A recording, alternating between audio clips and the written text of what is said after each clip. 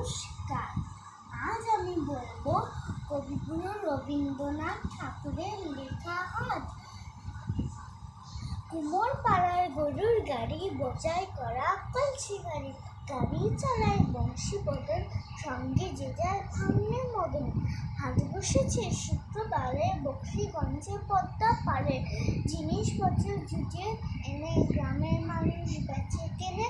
উচ্ছে বেগুন পটল মূলো পেটে বোনা থামাগুলো, সর্ষে ছোলা ময়দা আটা, শীতের রাবার নকশা কাটা, ঝাঁঝি করা বেরিয়ে হাটা, শহর থেকে সস্তা ছাতা।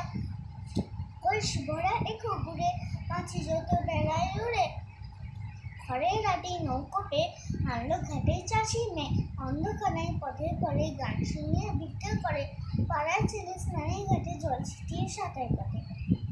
নমস্কার।